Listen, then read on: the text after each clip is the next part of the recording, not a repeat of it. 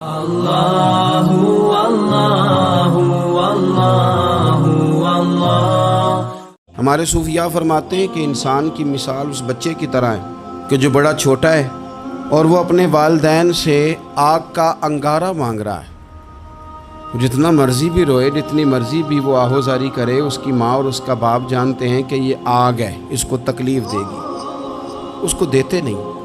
انسان کی مثال اسی طرح ہے۔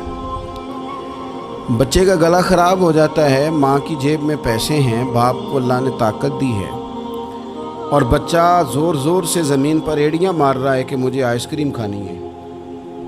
کوئی ان کے لیے مشکل نہیں ہے، وہ 10 پیکٹ بھی آئس کریم خرید سکتے ہیں، لیکن انہیں پتہ ہے کہ اس کا گلا خراب ہے، آئس کریم کھائے گا مزید زیادہ بیمار ہو جائے گا، تو وہ اس کے رونے کے، تڑپنے کے، اور وہ سخت بے چین نظر آتا ہے، پر وہ نہیں لے کے دیتے۔ انہیں پتہ ہے کہ ان کے حق میں وہ ٹھیک نہیں ہے۔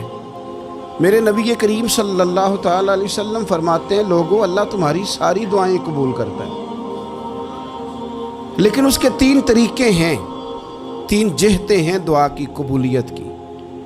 یا تو جو تم مانگ رہے ہوتے ہو رب وہی تمہیں عطا کر دیتا ہے، یا وہ تمہارے حق میں بہتر نہیں ہوتا جو تم مانگ رہے ہو۔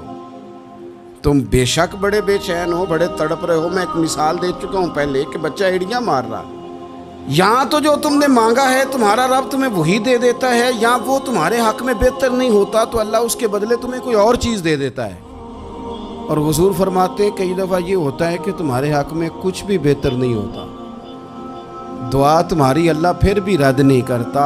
تیسری صورت میں رب تمہاری دعائیں ذخیرہ کر لیتا ہے، اور ان دعاؤں کے بدلے اللہ قیامت میں تمہیں اجر عطا فرما دے گا۔